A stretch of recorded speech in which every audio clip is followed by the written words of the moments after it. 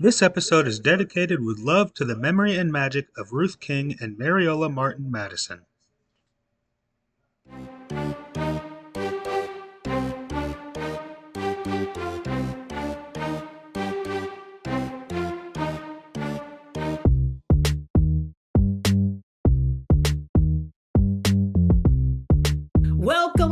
Welcome to the new episode of Breakdown the Poet and the Poems.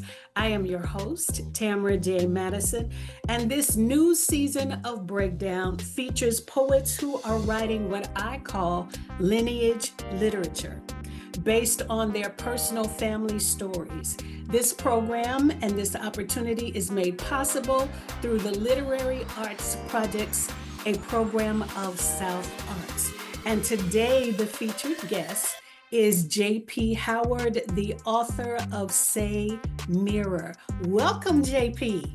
Thank you so much. I'm so happy and excited to be here. And thank you. I am excited to have you because I know you're crazy busy. Thank you for coming. My pleasure. Yeah, I am going to start. I'm going to introduce you to the audience, just in case they need to know.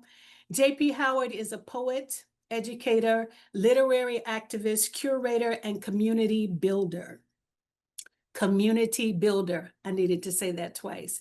JP was the spring 2023 Brooklyn College TOE Mentor in Residence and was the inaugural 2024 Maine Writers Retreat resident.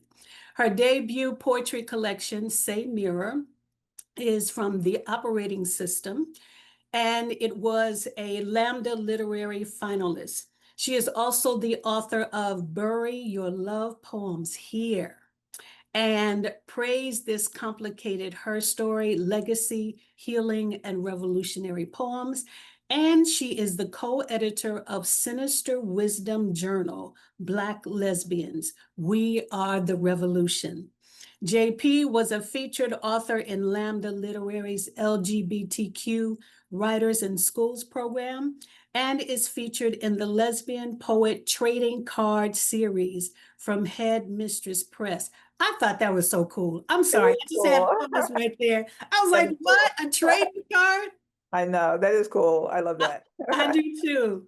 She has received fellowships and/or grants from Cave Canem, VONA, Lambda Literary Foundation, and Brooklyn Arts Council. She curates Women Writers in Bloom Poetry Salon. JP's poetry is widely anthologized, and her poetry and/or essays have been found and featured in Poetry Magazine, the New York Times, the Slow Down Podcast, the Academy of American Poets Poem a Day series, Apogee Journal, the Feminist Wire, Split This Rock, Muzzle Magazine, and elsewhere. JP is a general poetry editor for Women's Studies Quarterly and editor-at-large of Mom Egg Review Vox Online. That's a whole lot going on. That's a lot going on.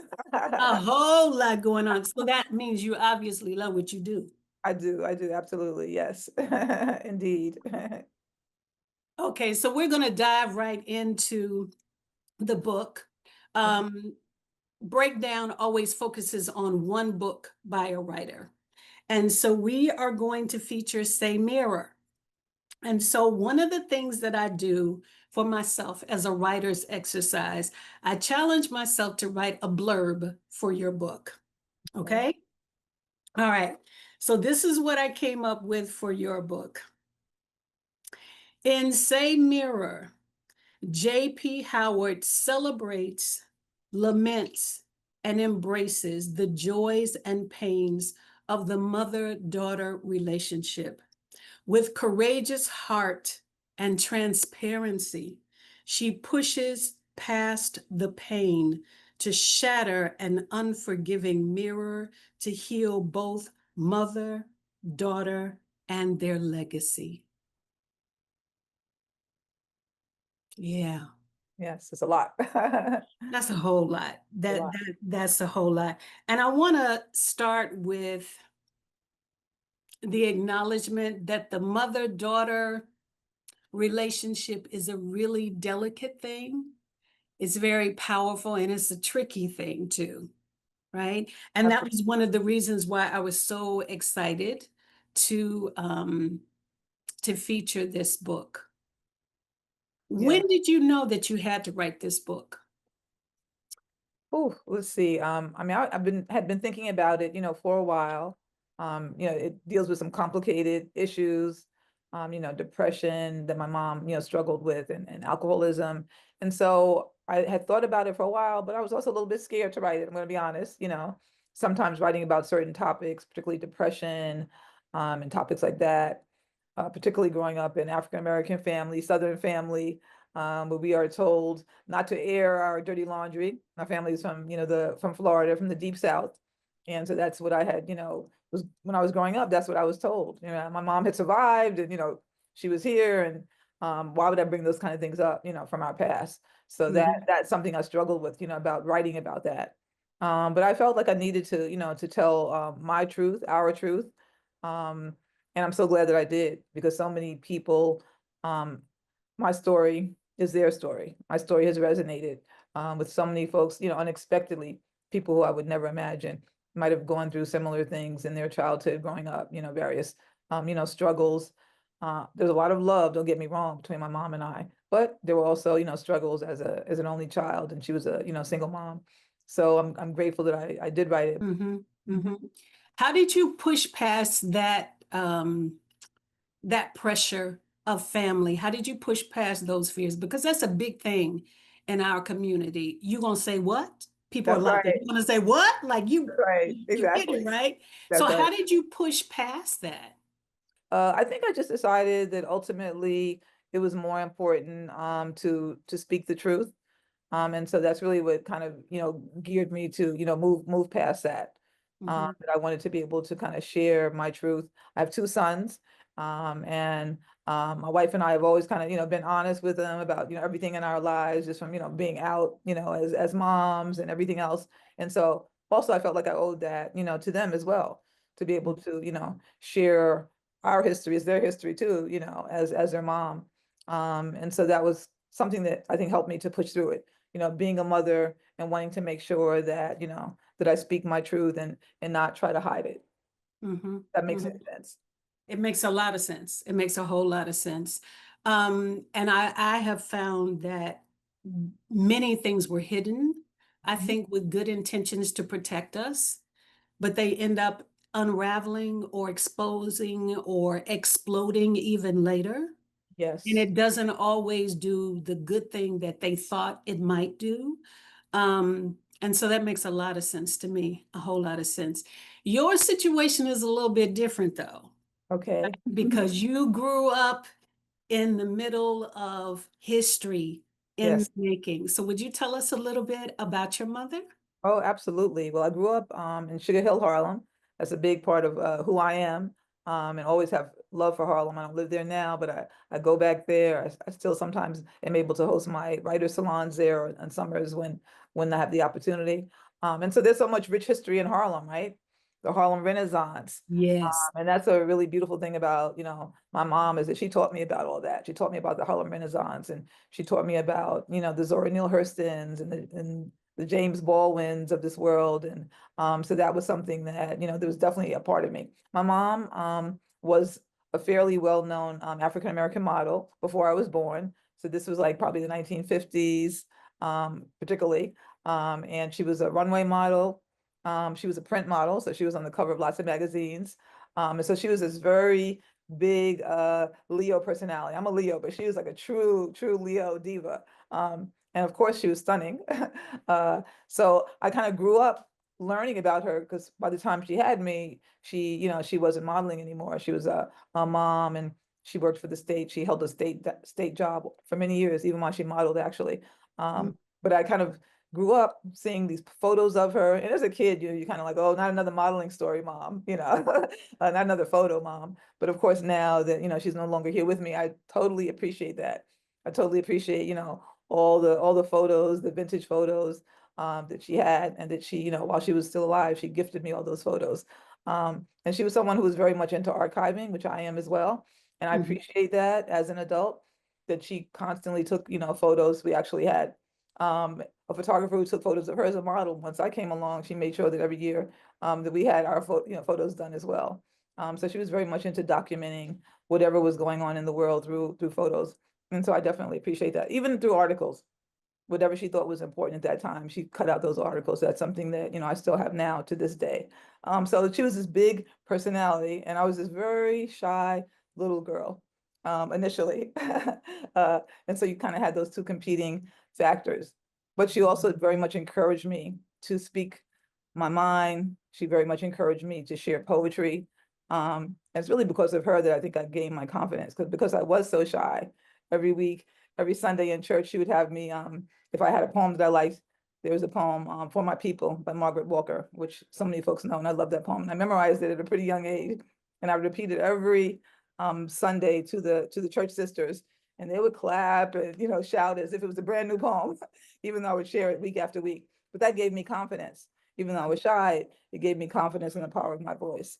And of course, I always thank my mom for that. I love that. I love that. So let's jump into the poem. Okay, let's Yeah. jump into it. Okay, so I'm just going to let people know JP has no idea what I'm going to ask her to read. None. This is not rehearsed, but I No, not at wanted all. to start with the love. Okay, Okay, so I okay. wanted us to start with Atlantic City. Would you read that for us, please? Before there were casinos lining the boardwalk, this was our space. Each summer's rented pale pink bedroom, round carnation bed, and oval windows circling around, just a jitney ride from the boardwalk. This was our ritual. 1 week to be just two. You stayed out your cups that week, drank coffee with lots of cream, and even let me try it. Cream and sugar with a hint of coffee. I still like it, light and sweet. You tried your best at breakfast, slimy scrambled eggs that slid off the plate. I held my breath, gulped that coffee flavored cream with each bite. On bikes on the boardwalk each day, how funny you looked, all high heel mules, rhinestone sunglasses, and dangling gold hoop earrings that rattled the whole ride from Atlantic City to Vintner, stuffed on frozen custard and Fralinger saltwater taffy. Every day, the man in the Mr. Peanut suit standing in front of the Planner store waved at us, but never said a word. You let me win the arcade games, Mama. Taught me how to angle my arm to get the highest skee ball score. And after, in the cabana on the beach, the smell of salt water lulled us to sleep. Wow. I haven't read that poem in so long. It means so much to me. So especially now that we're in the midst of summer, it really. Mhm. So I thank you for letting me read it, because I really haven't shared it in a long time. Yeah, yeah. Did you feel like you got enough one-on-one time with her, especially with her being such a diva and so well known? Um, yes, I would say probably as I got, as I got older, I probably had, more one-on-one time. And then actually, you know what, it was just the two of us. I was an only child. She was a single mom, and my grandmom helped out, but she was a domestic worker. So during the week, she actually lived in with white families, taking care of their children, cleaning their house, and came home to us on the weekends. Mhm. So, I was pretty much, with my mom, most of the time. But this poem captures, there was a week every summer in our lives where she would rent this house that I described in this poem. And that was really our time together that meant so much to me. Because as I mentioned earlier, she did struggle with alcoholism, but for that Mhm. week, there was no liquor, as I say in the poem, she stayed out her cups. So that's really what that meant. That week, it was just about she and I being together. And she didn't really know how to cook, but she did try to make these little eggs, these slimy little eggs. And she made this coffee that was more like cream that, to this day, I still love that. Mhm. Mhm. How did it feel being the little girl with the non-traditional mom? So if she made slimy eggs, she probably didn't do cookies and milk and all of that kind of crazy Oh, stuff. no, that's right. How did that feel when you were like around other little girls who talked about their moms? Right, right. I think I was just, I was used to it, and my grandmother was a fantastic cook. So on weekends, she would come and, save the day. I think it was just such a natural thing for me. My mom she did provide food we ate out a lot. So we definitely ate out at restaurants in Harlem, fantastic soul food restaurants. And we had Chinese food and you name it, it was different restaurants, or she would order in. Um, and her cooking skills were very limited, and not just something she was interested. It wasn't even about that. It's not a thing that she was into. So I think it was just kind of, this is mom. I know this is what she's about. It's not what she's interested in. And I did, because of that, probably start cooking pretty young. I probably started cooking around 10 or 11 because I was like, I can only, she would cook, shake and bake. She would shake and bake everything. I think it's kind of amazing that during that 1 week, there was nothing but the two of you. She didn't let anything else enter that space. That's right. And I think that that's really powerful, to put the cups down for the entire week, to Yeah, not have anybody knocking on the door, calling on the phone, or any appointments to make or whatever. yeah. That is powerful. And it's really, really beautiful. Do you do that with your children as well, or when they Yeah. were younger? Yes, yes, yeah, even now, that's like and it's funny, my favorite vacations are boardwalks, going to the ocean, going to the water. Yeah, I still love, the frozen custard.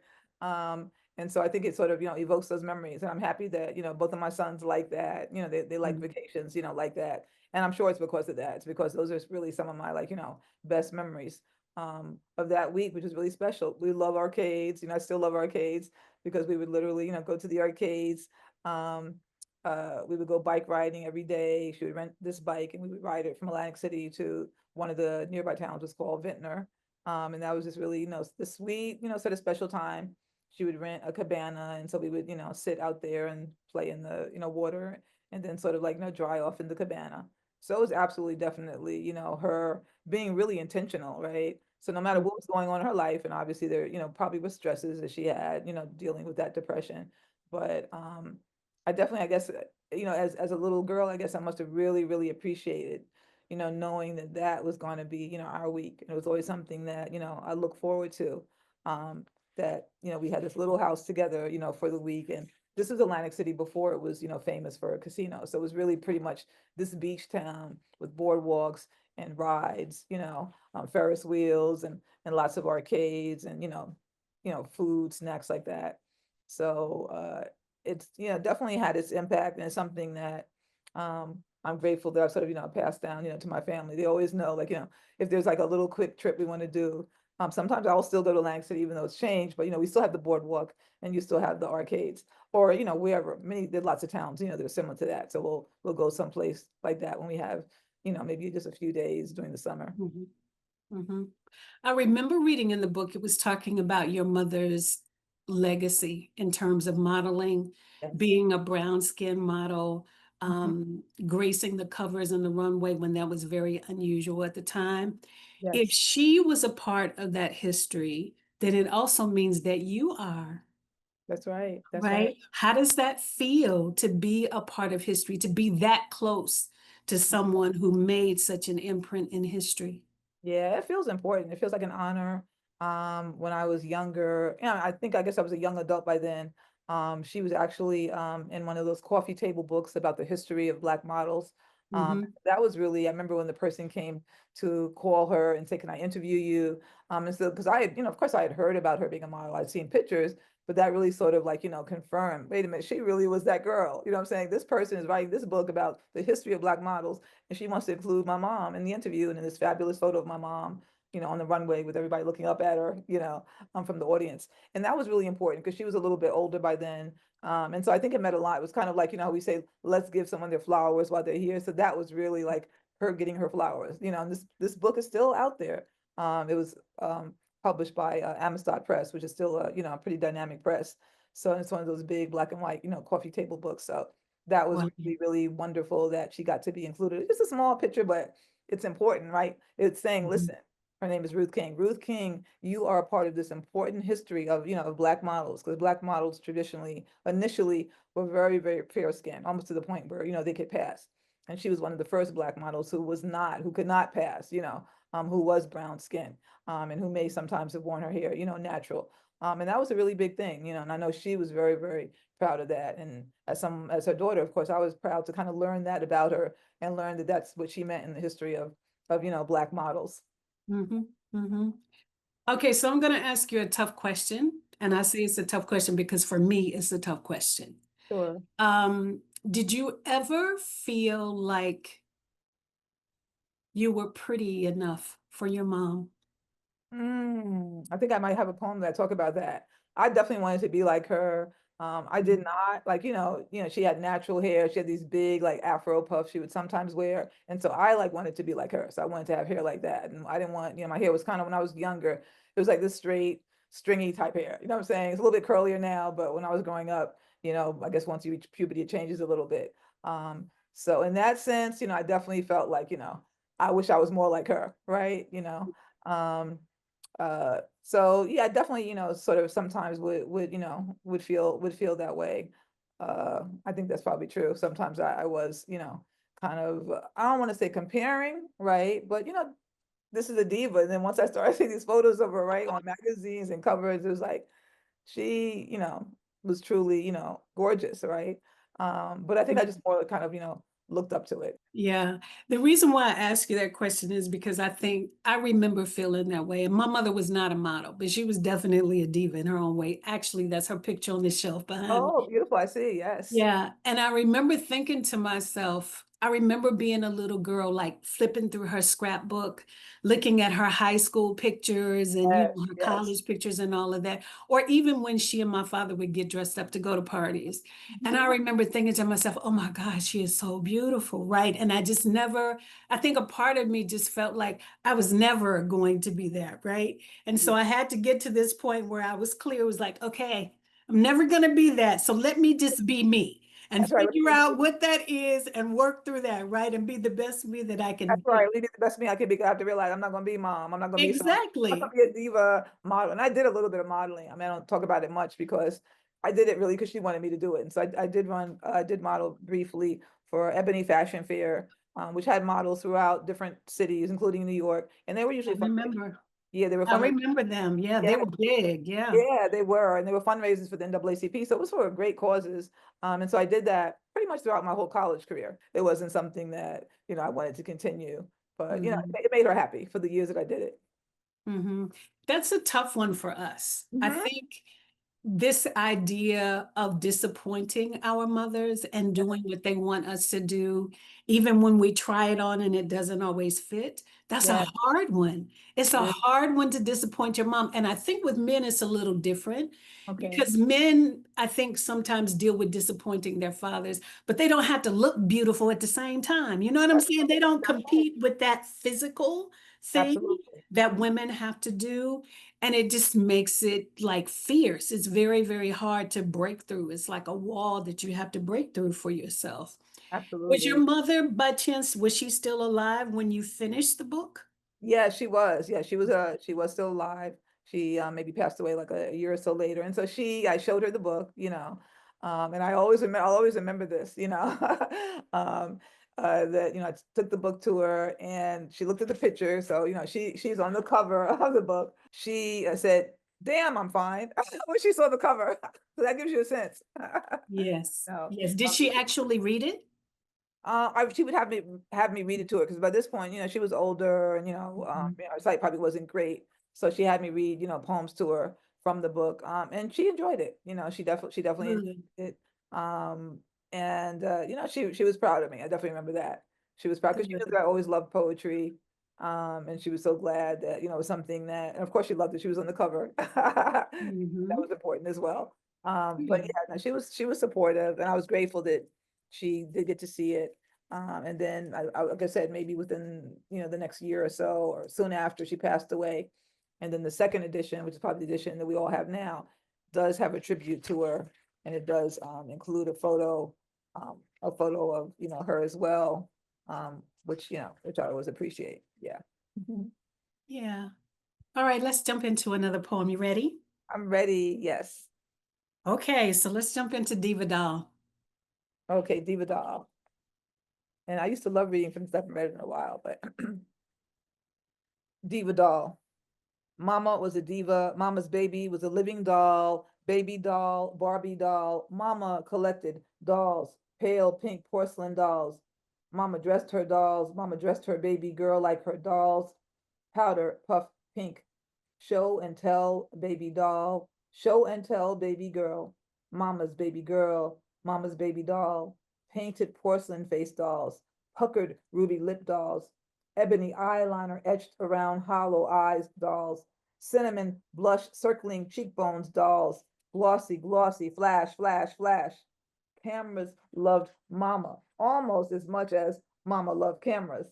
Smile real pretty for the camera, baby. Walk down the runway, baby girl. Strut your stuff like Mama. Follow Mama, follow Mama, follow Diva. Mama planted cherry blossom pink berets, seeds in baby girl's ponytails. Dress baby girl up pretty like her dolls, candy coated, sealed in a rainbow of pink.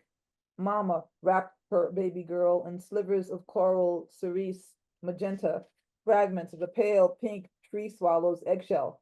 Mama loved shiny, shiny objects, shiny surfaces, shiny dolls, dolls wrapped in plastic boxes, Mama's trophies, Mama's show and tell, Mama.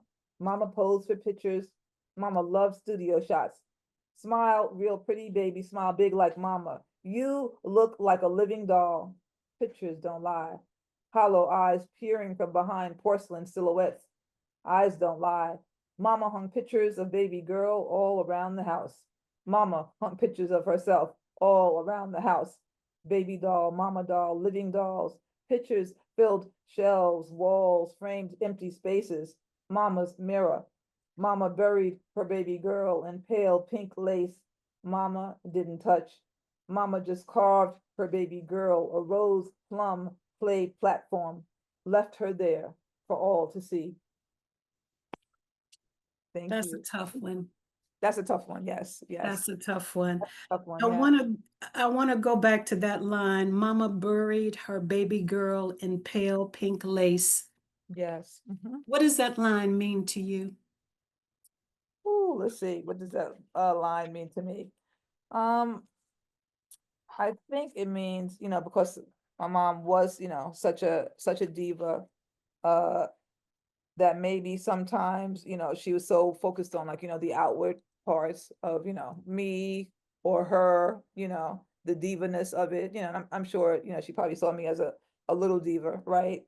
That maybe the innocent part of me or the little girl part of me was, buried or pushed down a little bit, I would say, because, Mhm. many times she was sort of focused on sometimes the outward, experiences. And maybe that's because, she had been a model and that's something that she seemed to have, what's the word, value, I would say, right? And so, Mhm. sometimes as a child, we need, other parts of us need, the attention, right? Not just, how we look or how we dress. She was very much into dressing me up and into the ruffles, into, lots of, adorable clothes. And then as I got older, continuing to, kind of give me ruffles and things like that. And like you said earlier, sometimes, that might be a struggle, right? What our parents want us to be versus who we truly are. But as we're younger, we sometimes kind of give into those things because we're younger until we can finally speak our minds and say, no, mom, that's not me. I'm not the ruffled person. I'm not the lace person. So I think that's kind of a little bit where that line is, coming from. Mama buried her baby girl in pale pink lace. Mama didn't touch, right?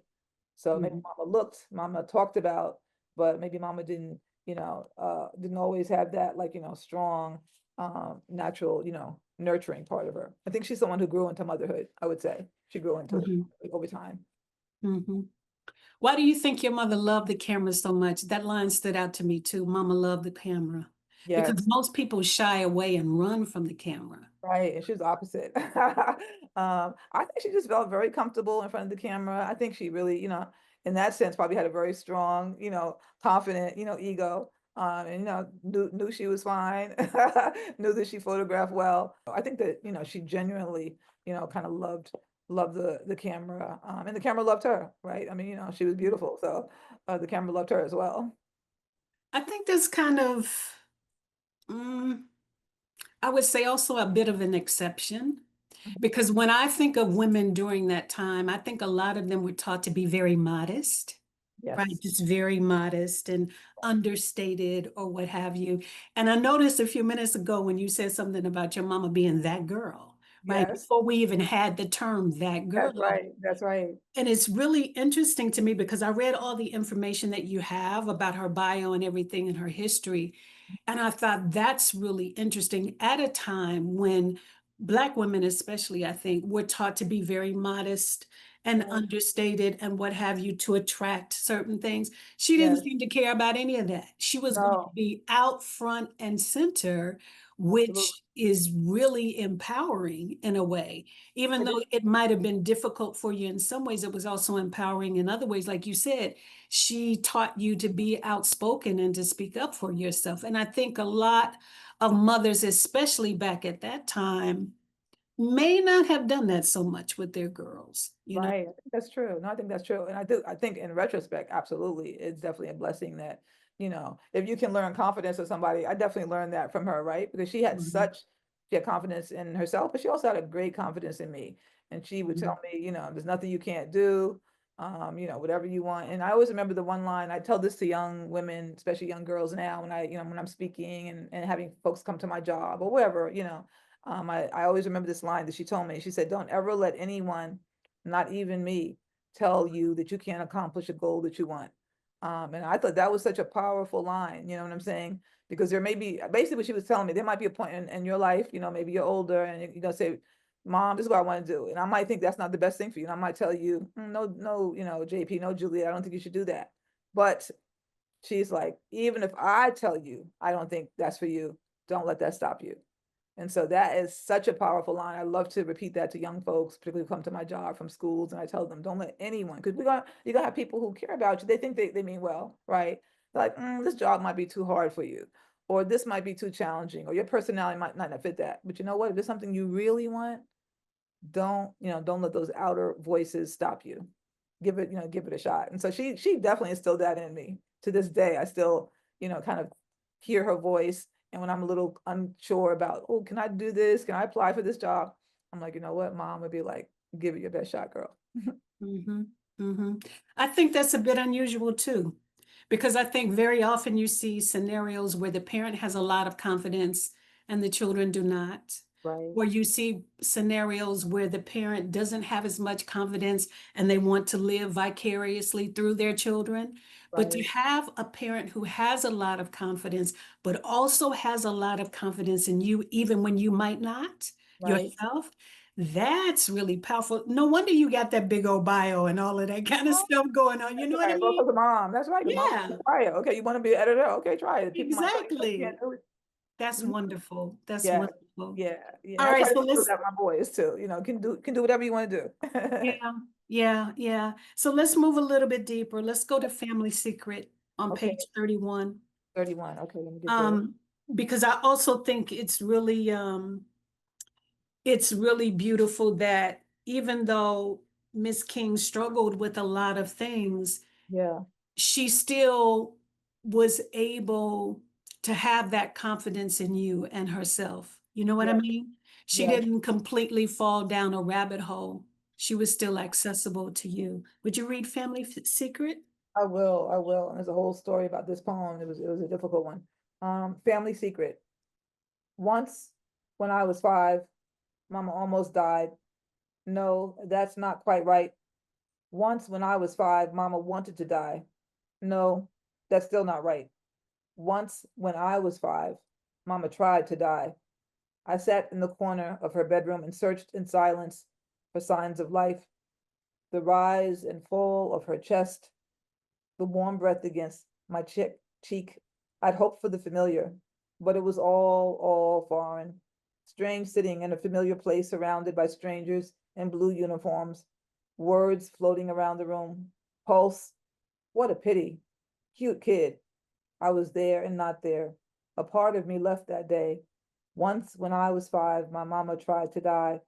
Silently, she tried to slip away, but those strangers, those strange men in blue uniforms found the pulse. I sat quietly, watching the scene. I was in it, but not of it. I took it all in, inhaled it all, felt the release in the room once they found the pulse, that fine line between life and death, that unnameable emotion, somewhere between grief and joy. When I was 5, my mama wanted to die, but didn't. I found her. I lost her. No, that's not quite right. I found her. I lost that part of me that was innocent. I lost the mama I wanted. When I was 5, my mama almost died. When I was 5, my mama wanted to die. When I was 5, my mama tried to die. When I was 5, I was a child. once. Mm. That was a hard one to, to write and to decide to include that one. That was one of those, we talk about, taboo subjects and, sort of, Black families, particularly from the South, kind of, keeping, not airing our dirty laundry. That was that poem, sort of came to mind, like, what would, my family think of this if I include that poem? And, this is something that was, sort of, not talked about. My mom Mhm. had, survived when I was younger, a suicide attempt, and fortunately she survived it. But when I brought it up years later to my grandmother, I was a teenager, and my grandmother loved me. I was the only, grandchild, so she was so mad, and um, basically said what I just said. How, why would you even discuss this? Your mother is doing well now, and that's not something we talk about. That's from the past, and we don't air our dirty laundry. But it was important. It was a part of, my memory, a part of who I was, um, a part of who my mom was. Right? She had, moved on and survived that, but it wasn't something that that I forgot. And so I'm grateful that I included it. But it was a difficult, choice. And I remember talking to my editor, like, do I include this? And ultimately, I'm glad that I did. I've had a lot of workshops around the book, about, memoir and telling our stories. And to tell our stories is to tell the beautiful part and to tell the painful part, to tell the parts that bring us joy and tell the parts that we survived, that may not have brought us joy, but have made us who we are today. So Mhm. I'm so grateful that, there's something I'm able to, to talk about. It's a critical poem in a lot of ways because I think when was this book published? 2016. Okay. So here we are, it's 2025, right? And mental health is constantly talked about, especially by younger generations, Right, right? But I think part of the missing piece, though, is that there's this myth that back in the day, people didn't have mental health problems or that they didn't deal with it, or they just got up and went to work. And right, that's all there was, right? right. And people who are dealing with those things now need to know that that's not true. That's That right. is not true. Those stories were just very, very neatly shoved up under the rug. And so you had a lot of foresight, you know what I mean, to include that piece because that's something that people need to see a lot. And people need to talk about that in their families, just like they need to talk about heart disease or diabetes. They That's also right. need to talk about the mental health conditions in the family history, right? Absolutely. So that certain things we can look out for and we can use preventive measures and that type of thing. That's right. It's not something to be ashamed of. It's something that Right. so many folks deal with, mental health issues, depression and various things like that. And so I think it's important to kind of open that dialogue. And that's one thing that I would say the book has allowed me to do, to kind of to have that dialogue, to have people be in these safe spaces where, some people I know who were, older than me, they're like, you know what, this is something that I actually went through. I never even told anyone. I never told someone that this is, that I had a similar scenario with, my mom, and these are people, writers who were, older than me, but they had never told anyone, right? And so it was beautiful to kind of be in these safe spaces and say, listen, it's okay to talk about this. In fact, it's important to talk about this, right? That we are here and that, we've survived it, and or, our families have survived it. Because like you said, it's all part of our history for those of us who have survived these situations, right? It's part of who I am. Absolutely. Absolutely. So I'm going to ask you a two-part question about this poem. Okay, sure. You said that, first of all, I need to say that when I read that piece, the picture was so vivid. I could see you sitting on the floor with your back against the wall, right? Um, but my question for you is, you say that you lost a part of yourself that day. Right, Tell us, what did you lose? And right. then tell us what opened up or what unfolded for you that day. Absolutely. So I think there's, definitely going through something like that as a child. There's probably a loss of innocence. Mhm. Because I feel like, who knows, but looking back on it, I feel like I understood that my mom was sad. I would know because she would go in her room. Remember, the two of us, so she would go in her room, on maybe Friday nights, and the door would be, mostly closed. I could see through, and she'd have her, music playing, her Billie Holiday on in the background. And she'd have her little favorite drink. She liked, I think she liked vodka. And her cigarette she would smoke.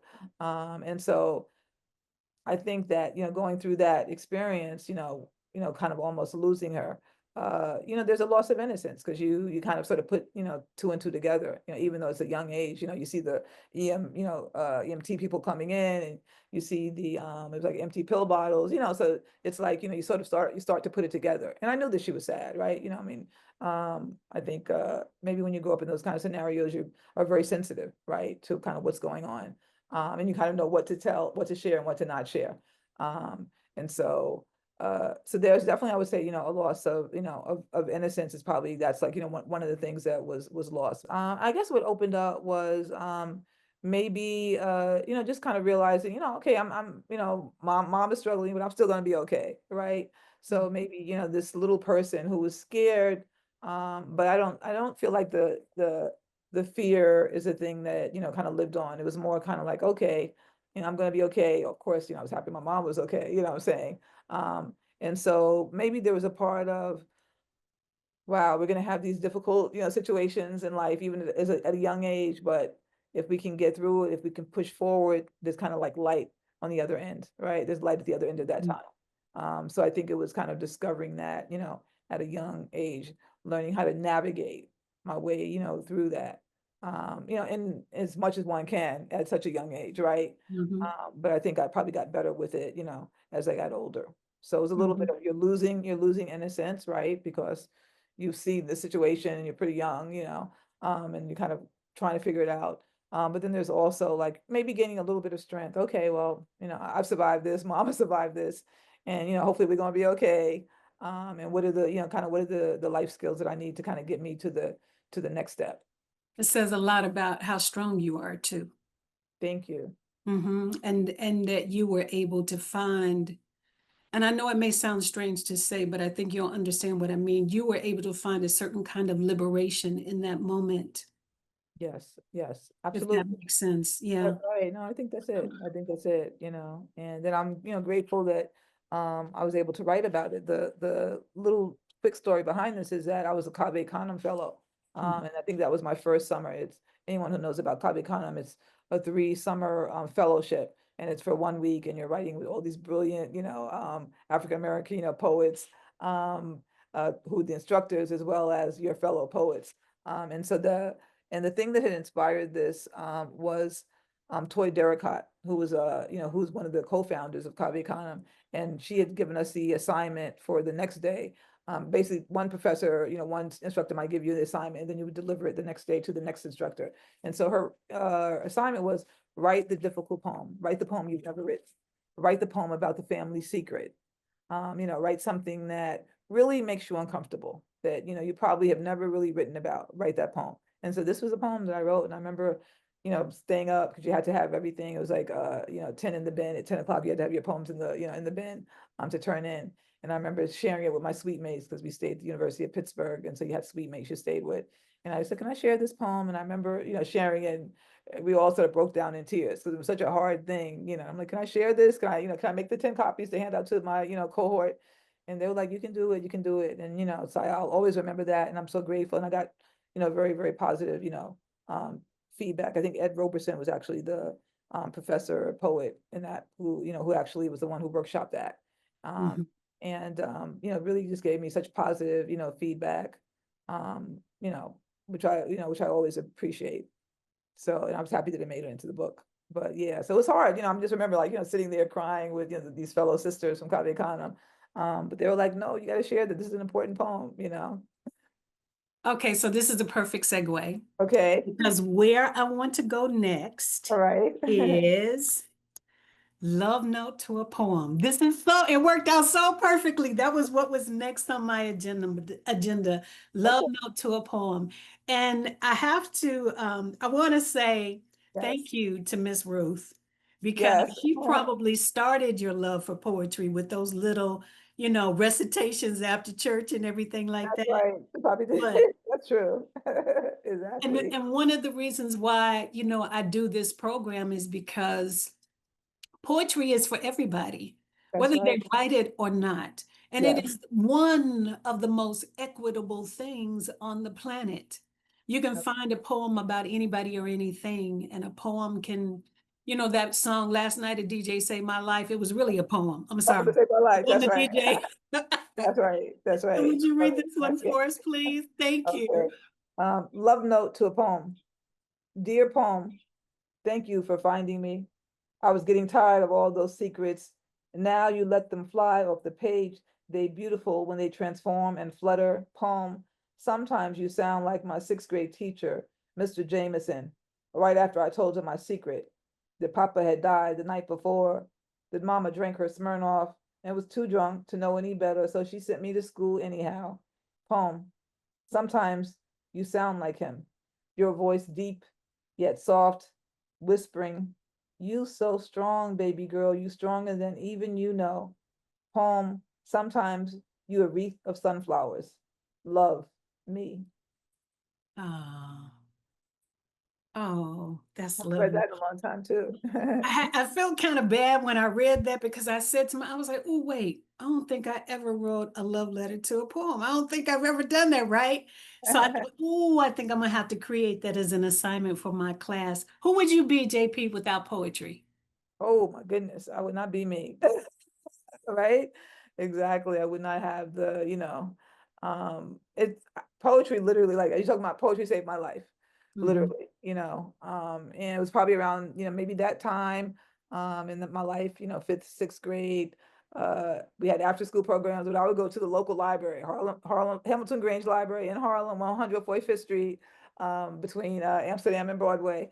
And I would go into there was a section, like Black poets basically, and I would read these poems, and I'd sit in a little corner, and I would read, Nikki Giovanni, and I would read, just so many different, poems, Margaret Walker poems, just poems that I loved. So those Mhm. poems literally sort of saved my life. They kept me company. They made Mhm. me laugh. Sometimes they made me cry. And so who would I be, right? Those are kind of like my earliest memories of what brought me joy, what made me feel comfortable. And I could stay in that library until it was time to, to go home. My mom was finally home for work because I was a latchkey kid for a while. And so by that point, she would be home, and I would come, she'd be, dealing with whatever she was dealing with.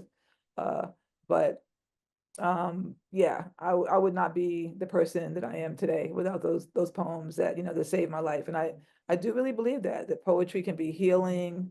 It serves so many wonderful purposes. It can upset us, it can agitate us, right?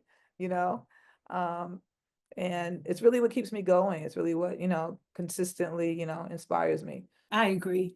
I agree. I still remember the librarian who introduced me to that section of my local library, and she is still living to this day, Mrs. Carolyn Outlaw. And I think I heard a poet named Tommy Bottoms say one time, he said, poets ain't nothing but a bunch of misfits. All of us are misfits, right?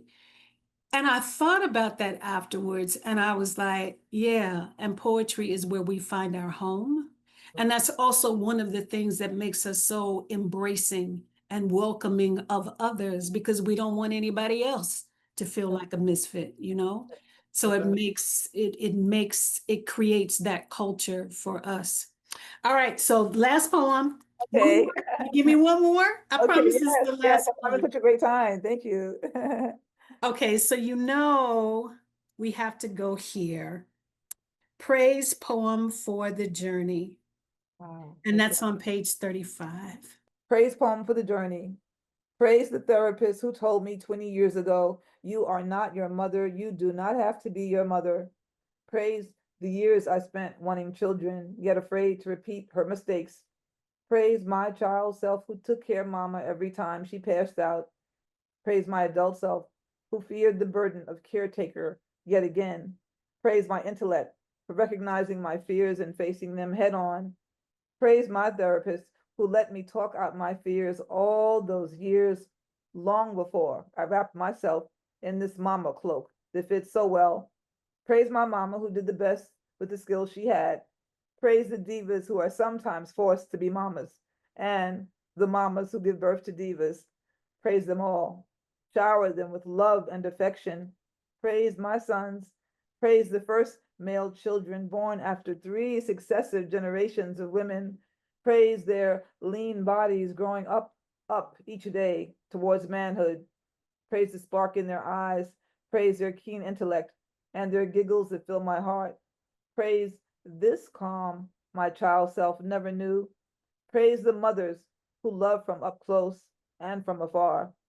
Praise our children who we tuck in each night and those whose names we wrap in prayer, no matter where they lay their heads down to sleep. Amen. Amen. Ah, exactly. Amen. That's right. Absolutely. All right, so I got to ask you this. What gave you the courage to be a mother? Ah, what gave me the courage to be a mother? Yeah. Um, I just, always wanted to be a mother, always wanted to have the chance to, nurture a little person, um, to be able to, let them, kind of find their own path. Um, and it's just something that, I always had wanted to be a mother from early on. And so grateful that I was able, to become a mom. And one of my poems it says, Mama is the greatest title I've ever had. And it's true. Mama is the greatest title I've ever had. Absolutely. And Hmm. the most rewarding job I've ever had, and all kind of things. Of course, it can be challenged. Not gonna make it sound perfect. We all know you're a mom, so you know that motherhood has its challenges, but it brings so much joy and so beautiful to watch these beings kind of become their best selves. Do you feel like you have anything missing because you don't have a daughter? Because Uh, you had that one-on-one relationship with your mom. Right, You feel right. No, anything I missing don't think without a so. I daughter? mean, I thought about it, you know what I'm saying? But I would say no. I mean, my sons bring me a lot of joy. So, I would say probably not. I don't think so. Even though, of course, when they were young, I was like, oh, it'd be cool to have a little girl, but Hmm. that was sort of a short-lived thing. Hmm. Yeah. What's the greatest gift Miss Ruth gave you as a mother to give to your children? Mm, the greatest gift to as a mother, I would say just the ability to truly, believe and support in these, in young folks who are my children, to literally like just be there for them 100%, to know that no matter what they are going through, and that's how it was with my mom, particularly, once she probably stopped drinking around the time I finished high school. So I had a lot of years with her when she was, when she was sober. And so she was somebody who's just a great listener. And so I feel like I'm a pretty good listener, with my children. Um, Somebody who's just open so that I always felt like I could tell her whatever, no matter what it was. If I was struggling, if I was dealing with something, if I was depressed about something, to come to this very safe, open space, and to be able to say, this is what I'm dealing with, mom. And so I feel like that is a gift that she's kind of passed on to me, because I think that's so important to be a mother, to provide that safe, sort of nurturing space. And like I said, she grew into motherhood, so that's something that maybe it wasn't natural to her, because she had been such a diva, but I feel like she definitely grew into it, over time, and we grew into our mom daughter, relationship. And so that is something that she instilled in me, how important it is just to be there, for your children or for whoever's in your life. It's interesting because I think mothers are such cultural scapegoats Mm, for the society. Um, I I think it's wicked, and I think that it's really, really special when you reach that point where you realize that the greatest gift you can give to your children is who you are, that's not right. what someone else expects you to be, or a role or a box to fit or anything like that. And it Right. just sounds like that's something that you and your mother both did very, very, very well. Thank you. Thank you. Definitely trying. Yeah, yeah. And thank you for all of the courage, the sweat, the tears, the fear, and everything else that it That's took to right. write this book. I like often when I hear women talking about their relationships with their mothers, I always hear such estranged relationships Yes. and such tension in their relationship that when I do discover one that is positive, I always encourage women to write about it. It's like, oh, really? Your mama was like that? Girl, you should write about that. Really, because I feel like We need more of those positive, healthy stories in spite of everything that has happened. And that's the thing that I love so much about the last poem that you read, was that in spite of all of that, we're going to praise it all That's anyway. right. We're gonna praise it all, the good and the bad, you know what I'm saying? Exactly. It's all part of, who I am, who she was, right? And it's important to kind of acknowledge all that, keep it moving, right? Mm-hmm. Find all the praiseworthy things that are, in that relationship or in that person. And I think, it can be, oftentimes it can be found. I know not everybody can. I respect that. I respect that there are people who maybe don't find that. And that's something, of course, I'm, respectful of. But if you can find it, if you can hold on to those, find those moments of joy, and include those in those, complicated praise poems, I say, definitely do that. Yeah, yeah.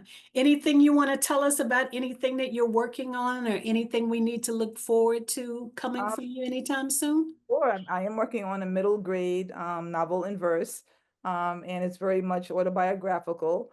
It's based on a little young, Black girl who's growing up in Harlem, and who is, she's an only child and basically wants to grow up to be both a lawyer and also a poet. And her family is like, no, you can't do that. Want to make some money. You can't also be a poet. And so then she sort of wins a contest in her class, and a poetry contest, Mhm. family gets to, kind of see her in this light, and gets to kind of respect that, and also respect the fact that she wants to bring, justice to the world. So it's kind of initially the struggle about, her family, who's kind of like pushing her away from the poetry, not necessarily encouraging her, but then seeing that, okay, wait a minute, she does have this skill. Maybe we can support this little person. Are you going to have any of her poems in the book? Any of when you say her poems, Her poems, yeah, the characters' poems. yes, absolutely, yes, absolutely. Good, Yes, good, and I have good. the characters' poems in the book. Yes, absolutely, because a lot of it's told through her story. So it's kind of like, her story, and her mother has struggles. Like I said, it's very much autobiographical. So you see the struggle she's dealing with her mom, but also that, that she still has these goals as a little girl, and so kind of navigating all that. Thank Absolutely. you again for blessing us with your time and energy, especially after work. I Yes, thank appreciate you you. This is coming. beautiful. This is beautiful. I've watched some of your other, the podcast, so I'm excited to be a part of it. I'm honored to be a part of it. I love all that you do, all the work that you do in the world.